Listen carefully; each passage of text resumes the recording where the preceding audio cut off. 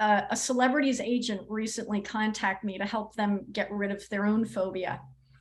And I said to them, how do I know that they're really going to want to get rid of it? Because that's part of their brand.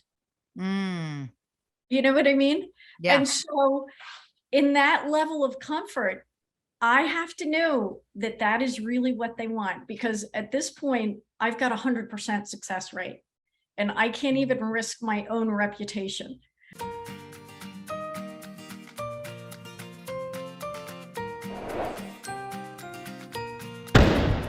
Welcome back, everyone. It's the Modern Sage Podcast, and I'm Leah Guy, your host. This podcast is meant to inform and inspire so that we can all live our best life on our healing journey. As I always ask, if you're enjoying the podcast, please share it with a friend, share it on social media, and leave a rating or review. It really helps for people to find us that way. And today we're talking about a very important topic. As all my shows, I feel we bring important topics here.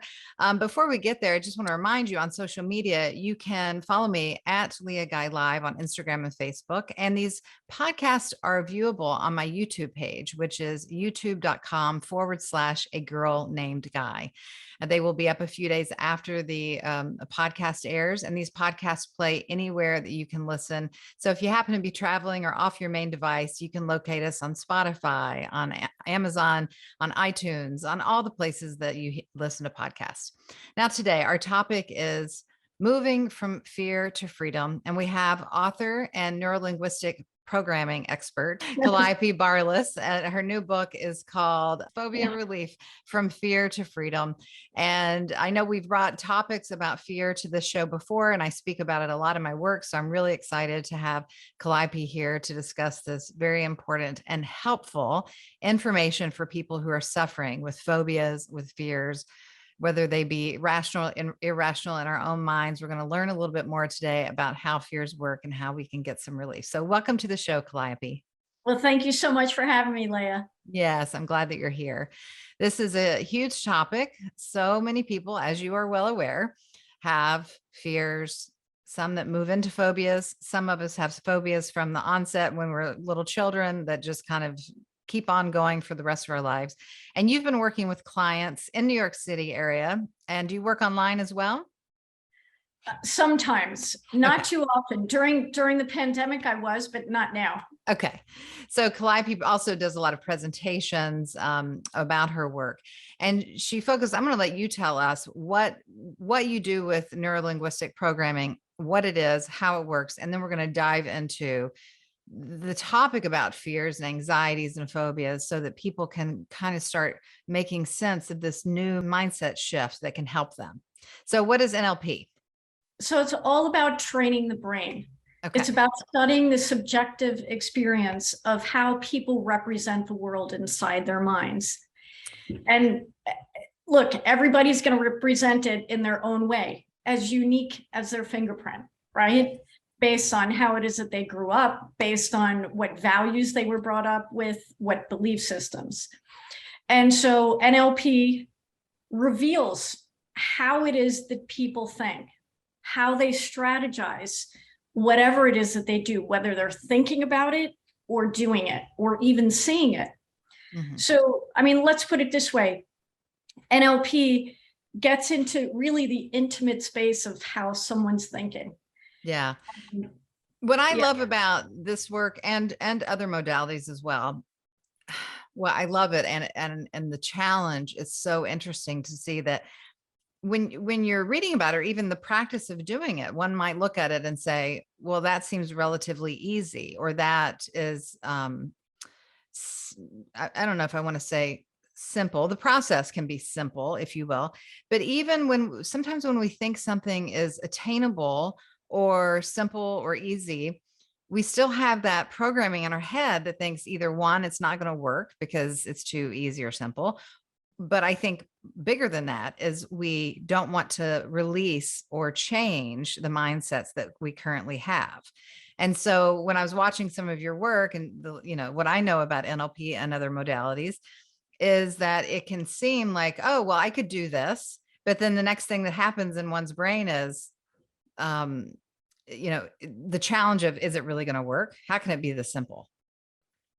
That's right. In fact, most people don't believe any sort of change can be that quick. But the truth is, and I only work with people who do want to make the change. And it's that, and I constantly ask them, and I'll pull it out of them. Like, is this really what you want? Do you really think I can help you? Am I really the one to make you get through what it is that you want to? So I kind of make it hard for them on some aspect, because it is so easy eventually. You know, it's like, look, I can get you to where you want to be. The question is, how bad do you want it? But isn't it interesting? So why do you think people will say, I really want to stop doing this, or I want to get rid of this fear, or all these wants that we have to alleviate our pain and our fears and our phobias, but then the hesitation is so strong to actually release them? What is that about in our brain? I believe it's because people are so comfortable in what they're familiar with. Yes. I talked a lot about it. It's like they identify with it. Like, who are we without that thing? Right. That's right. In fact, I had an agent, a celebrity's agent recently contact me to help them get rid of their own phobia. And I said to them, you know, how do I know that they're really going to want to get rid of it? Because that's part of their brand. Mm. You know what I mean? Yeah. And so in that level of comfort, I have to know that that is really what they want, because at this point, I've got 100% success rate, and I can't even risk my own reputation. Wow. So whoever it is that I come in contact with who does want to get over their fear, they need to want to get over it. Yeah. Okay. This isn't just playtime here. I'm not interested in wasting my time or anybody else's time. Yes. You know, because well, I think know that's great. Yeah. It's a good boundary for you to have. So first, talk to us about the difference between anxiety versus fear versus phobia. Okay, so there are certain fears that we need to have in order to maintain our safety, right? It's like during what the whole world went through in the past 2 years, we needed to wear masks. We needed to be very careful about who we were around. And so you need to fear at certain times. Right, there's healthy fear. That's right. And so then there are fears that really prevent us and distract us from what's really important. Like, you know, the parents who want to be traveling with their children, but can't because they just don't want to leave more than 10 miles from their house. So would that be considered a phobia? I guess, Mike, let me ask this question a little more specifically. What's the difference in the brain or the body between anxiety, which can inhibit a person's movements and behavior in their life? I understand, but anxiety, a fear, irrational fear, and a phobia that completely maybe dominates or limits them. Is there something different that happens in the brain or the body between those three things? Well, it's interesting you say that, because a lot of the times, most of it is caused by the pictures inside of our mind. And the bigger the pictures are of stuff that normally isn't supposed to be that big is what scares people, right? So let's say a spider. Most people, when they fear spiders, they're the size of an elephant inside their brain, but there is no such thing. You'd run from one that big. I would. Anybody would. Yes. And so when I shrink it down, it changes how they feel. Well, that's interesting. I remember recently I moved into an really old home, and it was, it needs a lot of work. It needed a lot of work when I moved in. And I wouldn't have necessarily said I had a fear of things like wasps, but they were flying around my bedroom and I was afraid of them stinging me in the middle of the night. I couldn't sleep comfortably. So I called a friend over, and she's a big outdoorsman and doesn't have those fears. And in very simple language, she said, remember that the wasp is very small and the wasp doesn't want to hurt you. And then immediately I got this new perspective of, oh, I'm the big person here. He's fast, but I'm bigger. And I was able to, help the wasp get back outside. So is it something like that, but at a different level in the brain? It's exactly what you just said. And I listened to one of your podcasts about inner child healing and you going back to a home that you were brought up in, Yes. and how intuitively you thought about that X between your sister's bedroom and yours in a certain way that separated you. You did that intuitively, right? And so I do it on purpose with people. I can take them to the point where they are dissociated from the wasp, let's say, for instance. Yeah. So that not only are they dissociated with it, but like you did, realize you're a lot bigger than it, and you can cause a lot more damage than it can cause to you, right? Right. But what about those fears? Now we're just talking about practical fears, but let's just keep going with that part, because I think it's interesting for people. Because even these kinds of fears, there's elements to them that have truth. I mean, wasps sting. Some people are allergic to that. Planes go down. Spiders can bite. So there is a rational part of fear that goes on. But what you're saying, that we blow that up to a certain state that we can't healthily function in relation to that thing? Is that what makes it the phobia? That's right. In certain circumstances, right? In certain situations, it's like when you're, in your own home, you could do big damage to that wasp, right? Very easily, because it's in an enclosed space. But if, let's say, for instance, you've got a whole swarm of them, yeah, you want to get into a place where they leave and you're safe. Mm-hmm. So a lot of people, though, my first book was called The Fearless Path. So I had anxiety for years when I was younger that was crippling and sometimes debilitating. I think a lot of people, there's definitely many people who have fears of things like the wasp or the spider or the flying or what have you. But many people have fears of experiences. And so does this kind of work that you do, working with phobias and fear with the NLP, address the fear of experiences such as intimacy or being alone or insecurities in a new job, that kind of thing? Absolutely. Let's put it this way. Most everything is learned, and our response to an experience is learned. And you can always take an experience, because no experience is real now that happened in the past.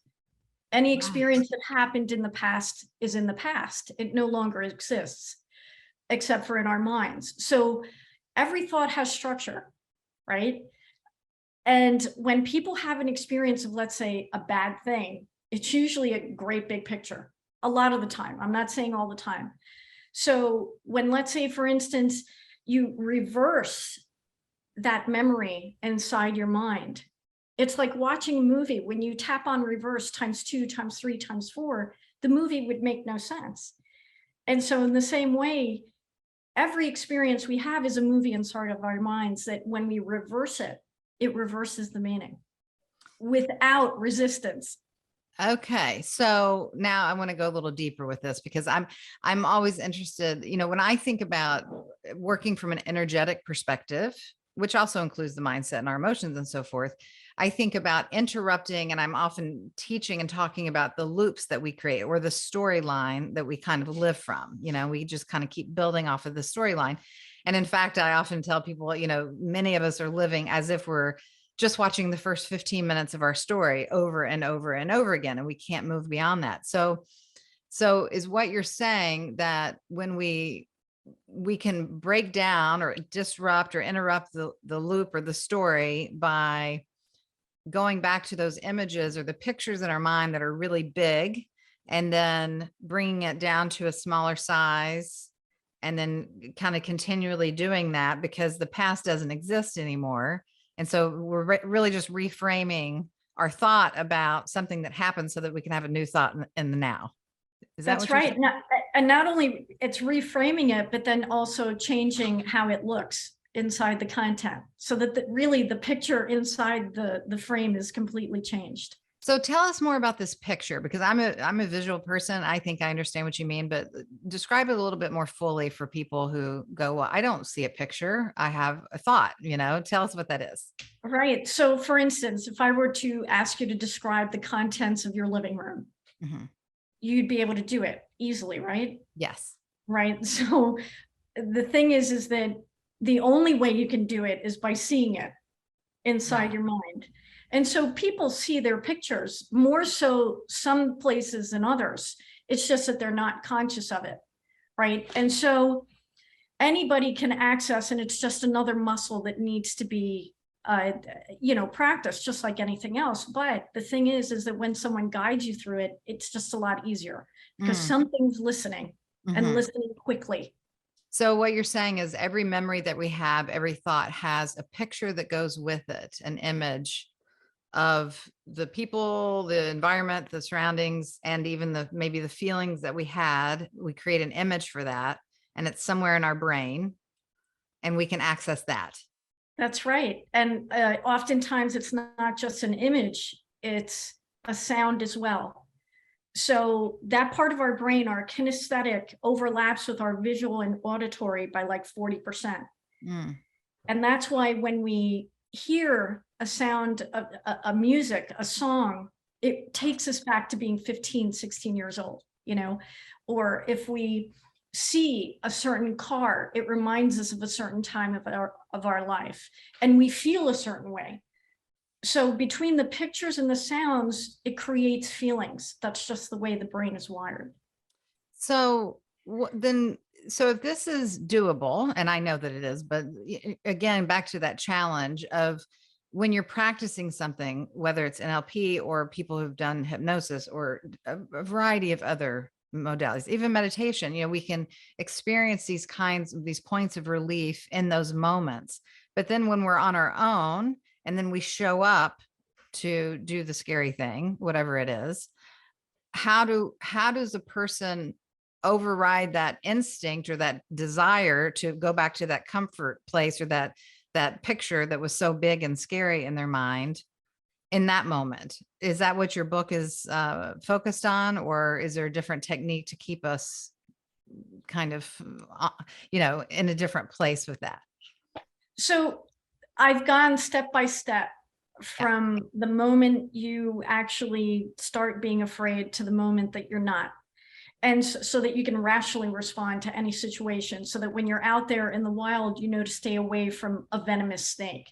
But if, let's say, you're at a party and there's a handler and it's sort of a fun thing going on, you might be able to pet it because the handler's professional and he's got a tame snake. So the idea is that when you frame what it is that you fear and then shrink it down to the size of a small coin, it happens so quickly it's sort of like the fear is just automatically gone anyway. Okay. And then when you take that little picture and then reverse that memory inside of it, the brain has no choice but to change how you feel, because it actually flattens the neurons inside the brain. That path. Yeah. So it's a neurophysical change. It's a physiological change. It's not just a mental change, which is really cool. That's really fascinating. So the book, again, for those who maybe are just tuning in or just want a reminder, it's Phobia Relief: From Fear to Freedom. That's right. And I know this information is helpful for so many. Actually, I was working with a client recently thinking about NLP and also curious in that more emotional way of a person who has just chronic ongoing inner conflict, for example, of, whether you want to call it the shadow and the present self, or the inner critic, the different parts that are creating havoc and negative responses. Is NLP helpful for a person in that kind of scenario? Absolutely. I mean, there are a lot of things that cause bad feelings. And so when you become conscious of how it starts, exactly, you can stop it. And when people ask me, what do you think the opposite of fear is? And a lot of people say that it's love. But I say that it's love for thinking deliberately, because too often fears are started with a thought pattern. And so once we notice that the thought pattern is kicking in, you have to say, no, absolutely not. We're going to stop this right now. What can I think about instead? Yeah. So that very interesting piece for me that you spoke to just a moment ago is that realization that the past doesn't exist anymore. And I think that's a real real highly aware state of living that a lot of us can work on more, is to recognize that that is over. And of course, when we have trauma and different things, it's hard for us to have that, recognition, or to release some of that memory or and fear. But with this kind of work, it sounds like it's well, it's possible, definitely, but also that it's almost like helpful to even capture and get into this moment and the picture that's in this moment. I keep seeing this kind of a window box feeling, like, what is my window box right now? And when you're focused on that, there's not another window box that can be present. Is that right? Well, there can be, I mean, you can have one window box, but then a few around it if you want even. Oh, that's In true. case you're multitasking, right? Which is what people do. But you were talking about the past and, how it is over. And look, whenever it is that I guide someone through one of these skills, whether it's shrinking it or reversing it, I never take away the memory completely, because they always learn something from it that they may have to remember, so that they don't repeat it, right? And so I get them to the point where they don't forget about it completely, but that when they think about it, it's no big deal. So in its effectiveness, what about like practices like EMDR or some of these other brain rewiring, if you will, practices? Does NLP work as effectively, more effectively? What is your input on that? I know you do NLP, so maybe you're the biggest fan. Right. I have to say I am, because I mean, it made me successful at playing golf to become professional. And now I decided, because that was not my calling, it would be better to do what I'm doing. So I'm not really familiar with EMDR to say if one works better than the other. But what I do know is that whatever you do, it's a good idea to master it, so that you become amazing at it, because it doesn't matter what it is as long as it works. Right. Okay. Can you walk us through an example right now? Is that something you're able or willing to do? Sure. Absolutely. Why Okay. not? Yeah. Good. Okay. Do you want to take a bad memory? Or Sure. I'll use a flying one, because that one kind of did mess me up. okay. All right. So I respect your privacy, so I don't need to know anything about it. Okay. Other than, how do you know when to start feeling the way that you do? How do I know when to start feeling the way that I do? When I think about getting in an airplane. Okay. All right. So when you think about getting into an airplane, what's the first thing you see? The chairs. Okay. And so before the chairs, is there anything that you see? Yeah, the walking into the plane, that little. Okay. So then how do you know when to start feeling the way that you do while you're going along that thing? Oh, well, I guess, to be honest, I would know to start feeling that way, just thinking about the whole experience before I even got there. Right. The whole experience. Okay. Yeah. So explain to me, like, what that experience is like. Like, what about it specifically? When I went to recall that one experience, is that what you mean? Okay, so let me ask you this. Is this based on something that happened in the past, Yes. that on a plane? Yes. Okay, so then let's take it from there then. Okay. So that being said, can you just think of that memory? Okay, and when you think about it, what's the size of it in your mind's eye? Is it smaller than life size, or bigger than life? I would say it's pretty big. Yes, bigger Pretty than life. big. Okay, bigger than life. Okay, Yeah. so what's your favorite color? We'll go with light purple. Light purple. Okay, so are you able to put a big, thick border around this memory that's light purple? Yeah, but now I want the color to be orange. Okay, so I'm going to put an Okay, so orange change it border orange. around that big memory. That's a very big border. Okay. Okay, that's all right. Okay, so put it all around that big orange frame around the memory. And in just a moment, I'm going to have you shrink it down to the size of a small coin. Okay. So like the size of a dime. Do I do this with eyes open or eyes closed? Okay. Matter? Whatever you think is better for you. Okay. It's your rule, not Okay. mine. So, All right. I think all I right. can visualize it better. Eyes closed. Okay. So put the thick orange border around it. And on the count of 3, I'm going to have you shrink it down to the size of a dime. 1, 2, 3. To the size of a dime. Okay, and start blinking it black and white, grrr, very fast until it goes totally white. Okay, now just open your eyes. Now just clear your mind. Now, I'm just curious, when you see yourself being calm on a plane, okay, if you were to think of that memory, what happens now? It's hard to, I don't really, it's hard to even have the memory in a way. Yeah. Because it's already changed inside your mind, right? Okay, Wow, because yeah. it went from a big picture into, and this is, I'm going to guess this is a real experience for you, right? Yes. Your audience needs to know this is real, that this Yes. was not planned, and that you are truly feeling differently, right? Yes. Yeah. Okay. All right. Okay. All right. So, Yeah. all right. So we'll go take it a step further now. If you just, whatever, if there's even a little remnant of it, can you please just go to the very end of the memory?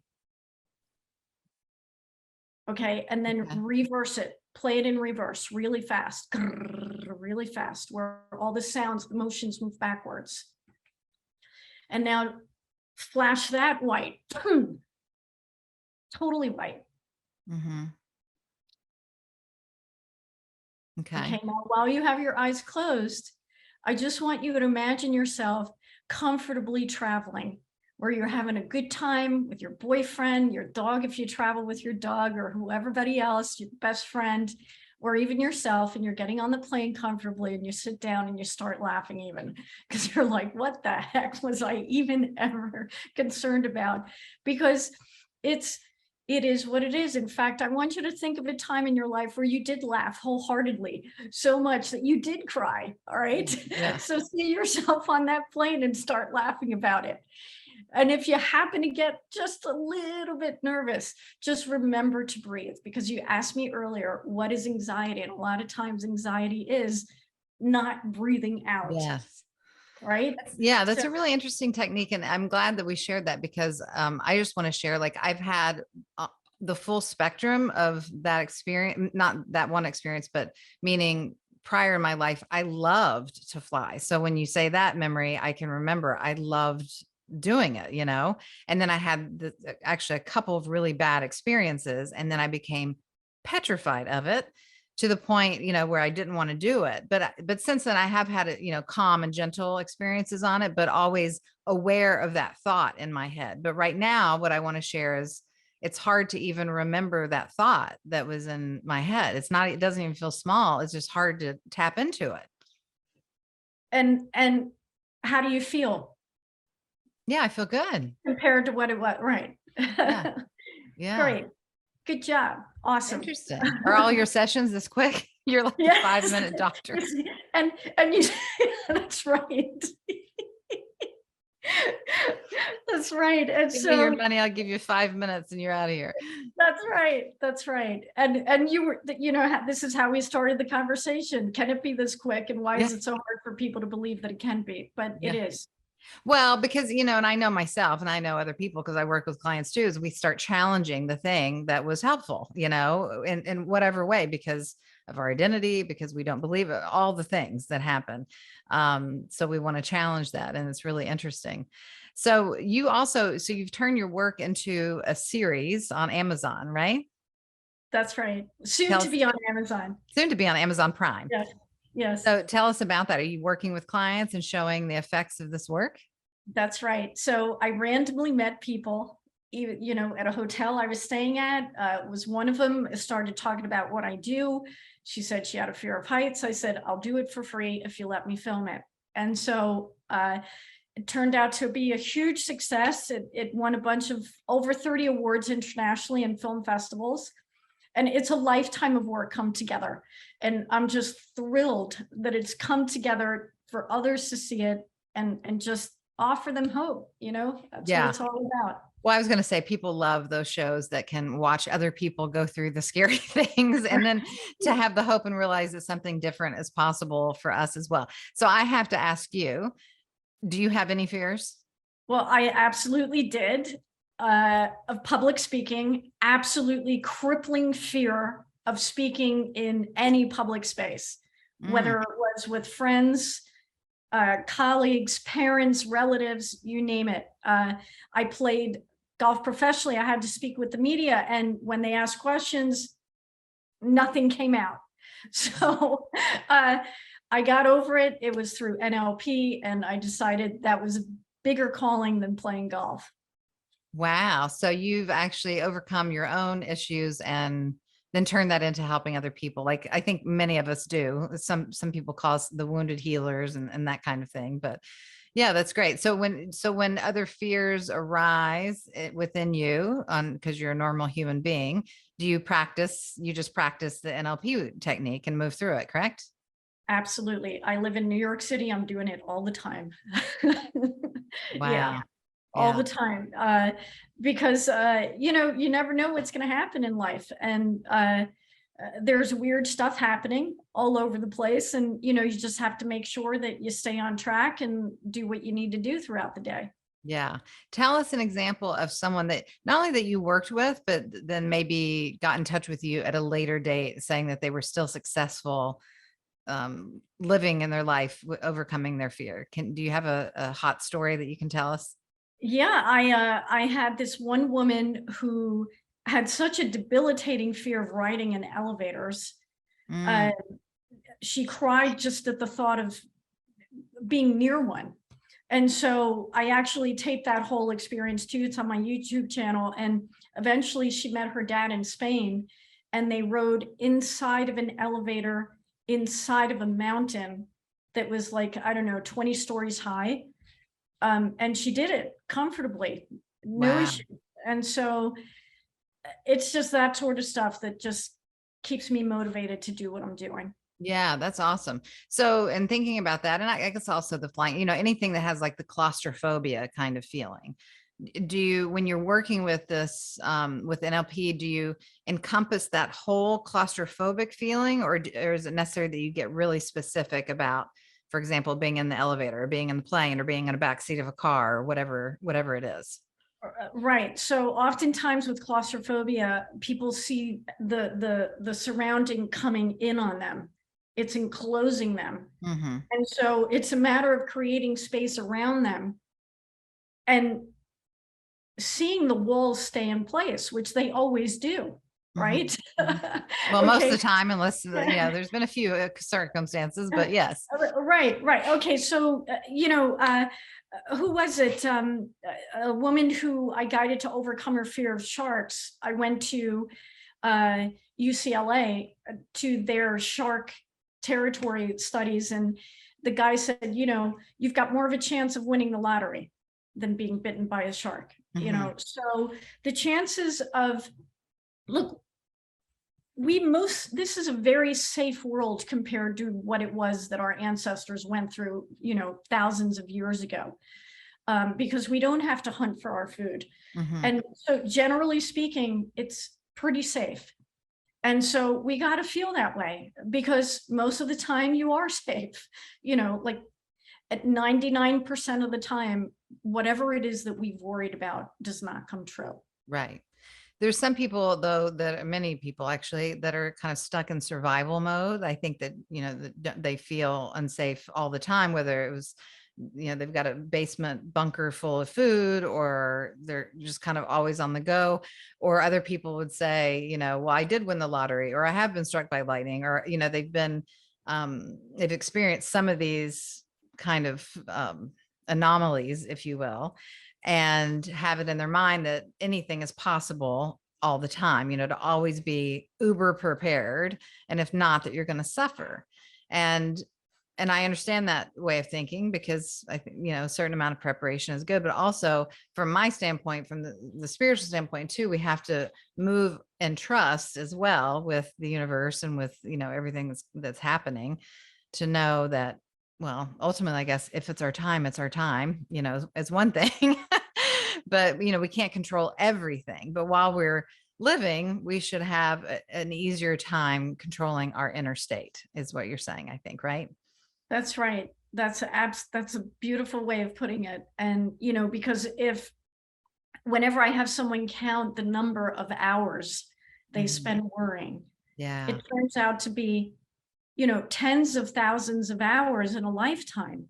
Yeah. And would you rather worry tens of thousands of hours, or, and then at the end of it, towards the end of it all, do you want to look back and say, what the heck was I thinking? Or Yeah. would you rather look back and say, I imagined myself being safe? Like whenever it is that I fly, I get stressed, Mhm. but because flying is such a pain in the ass, It's excuse stressful. me, Yeah. it's such a pain compared to what it used to be, Yeah. like I flew to Australia 30 years ago. There were 2 people on the plane, Oh, you wow. know, now it's a totally different story. So good luck getting a ticket, at a nice price. So, but I imagine myself days in advance, leaving the house, safely getting to the airport, safely getting onto the plane, safely landing, having a nice time on the plane in between, doing what I need to do at my destination, and that whole thing in reverse, coming back home safely, Mhm. home comfortably. Like I prepare and plan to be calm. Mhm. And so by doing that, anything you do, I mean, you know this, anybody knows this, any of your viewers know this, that anything that you do over and over again, you get really good at, Yeah. That's right? the master, right? Okay, that's right. So if you plan for a safe trip and plan to be calm, you're setting a destination for your brain, because let's put it this way. If you want to get somewhere and put it into your GPS, if you didn't put an exact address, who knows where it wouldn't take you anywhere, right? You Mhm. just keep looping around. But once you put that address, it gives you more than one way to get there, Mhm. right? And Yeah, that's a so great once you, analogy. right? Yeah. So whenever it is that it's like setting a pace for your brain to be calm throughout that plane, throughout the whole traveling, and coming home and being so satisfied that you did what you did. And so by playing it over and over and over again in your brain get used to it, Yeah. you know? So That's awesome. There's one more thing I want to talk about before we go today, because it's really important. And I meant to mention it earlier about how our brain doesn't recognize the word not, or I think any iteration of that word. So how we confirm different things that happen in our life and our belief system by using a certain kind of language. So why don't you tell us about that? Meaning, I do not want to be afraid. Let's just start with that, right? Because that's a pretty big statement. But what your brain is hearing is what? I want to be afraid. It doesn't hear the word don't, because it doesn't recognize, it's called negation. So when people tell me I don't want to be afraid, well, what is it that you want to feel instead? Mhm. Why And doesn't the brain recognize negation? it's all about the pictures. If I say red dog, don't think of a red dog. What happens? You think of a red dog. That's right, because I said red dog. But if I say think of your dog, you think of your dog. So basically, it's hearing, it visualizes what it hears. It's I very see. literal. Yeah.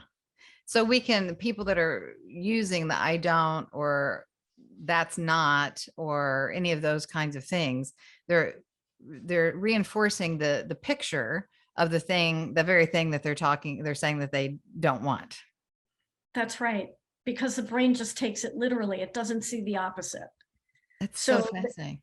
yeah, it really is. Uh, if you tell a child, don't eat your dinner, it'll probably eat its dinner, because when you told him not to, but all he sees is eating his dinner. But what about when you tell a child to eat its dinner and it won't? Well, it probably won't, because you told the child to. But if instead you say don't, a lot of kids are polar responders.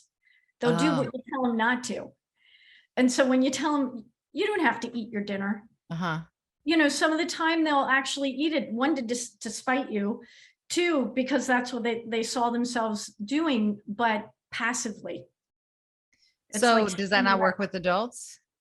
Not it that we should become manipulators. well, oh, look, you do every sort of this stuff that I'm saying for good, right? Yeah, right. That's my whole thing. That's the only place I come from with this stuff.